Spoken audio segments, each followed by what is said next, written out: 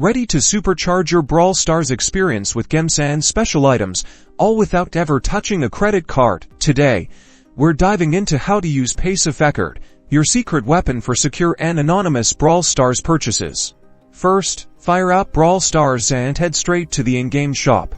Then tap on the gem pack you want to snag. You'll usually see the Google Play or App Store payment options pop up. Select that payment window. Instead of adding a credit or debit card, look for Add Payment Method. Tap this. Scroll down and you should find Paysafecard listed as a payment method.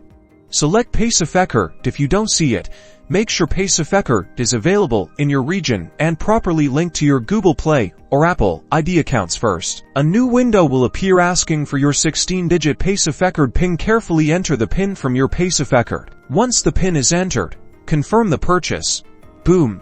Your gems will be instantly added to your Brawl Stars account, ready to unlock those epic brawlers, skins, and boxes.